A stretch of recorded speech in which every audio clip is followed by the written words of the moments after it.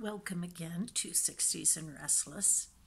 I would like to talk just real briefly about that letter between P and R again. I just want to back up a little bit and say that since our president came into his office, I have wondered why there was the extent of vitriol there is, and abject hatred, and relentless pursuit of getting him out of office that is out of proportion. And so it didn't really make sense to me. We've had many presidents in the past that, one side or the other didn't like or didn't agree with, and you just kind of go about your life, and 4 years later you cast a different vote, whatever. But it just seemed out of proportion. It did not seem reasonable, and it seemed strange, really strange. So having that in the back of my head, and then, I saw this COVID thing coming in about December. I was reading about it a lot. I don't listen to too many three-letter news sources. I almost exclusively alternative news. But anyway, so I'd seen that was coming and didn't know how bad it would be, but was concerned and prepared and did all that stuff. And then I kind of realized by March there's something else going on. This doesn't make sense. There's something, not that it wasn't something. I don't want to say that at all. I'm just saying the response, especially compared to other things in our history, was unreasonable and out of proportion again.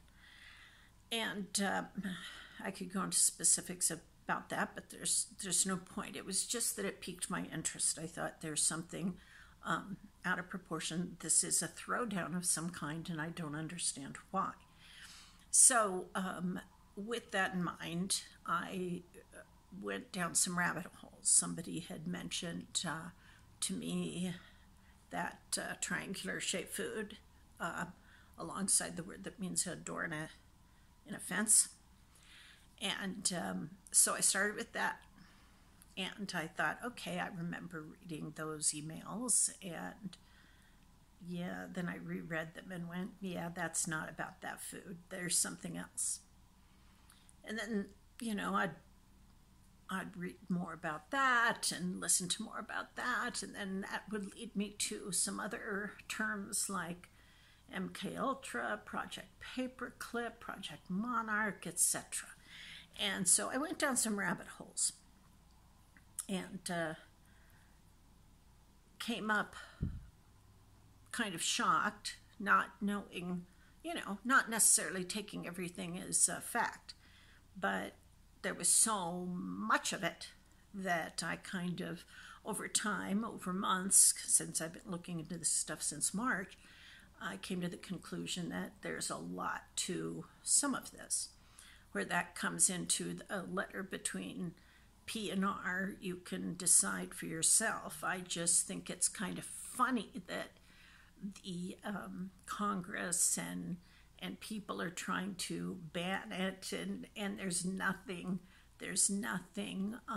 malicious about it. There's nothing cruel about it.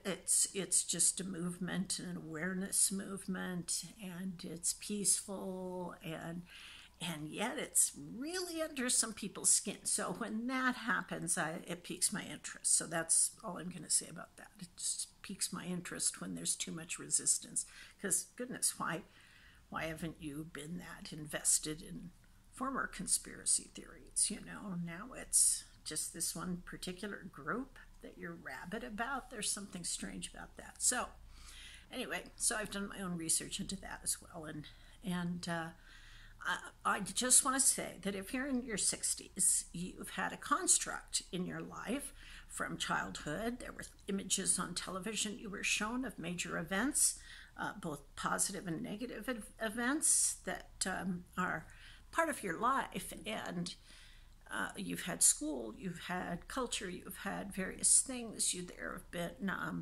politicians and movie stars, and you've got sports stars and media people and whatever that people on TV that you thought were just such wonderful people, and you might find out that they're not.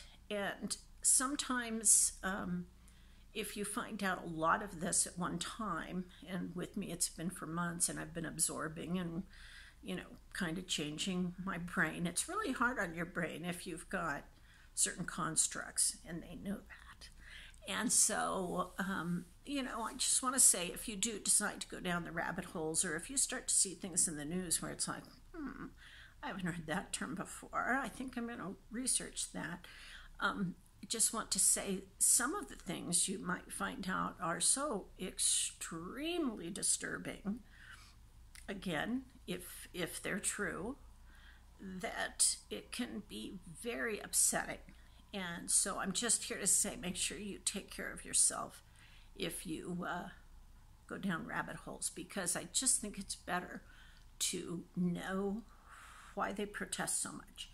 And I think it's better to be prepared for something should it be true, especially if it's something with some really horrific details in history and ramifications. I think it's just better to be prepared mentally for that to be true. And if it's not true, or if it's just slightly true, it's not going to be so upsetting.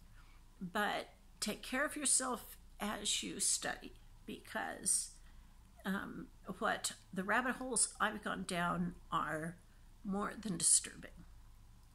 And hopefully they're not true, but they might be. So I would rather have my brain prepared for truths that might come out in the next, 6 months to a year about some of the things our three-letter agencies have been into, and world entities and all that. So if it's true, I'd rather go through the process, the shock, gradually, like I have since March, than to have it in one fell swoop. So I'm just suggesting that maybe you do a little research and prepare your heart and mind while taking really good care of yourself.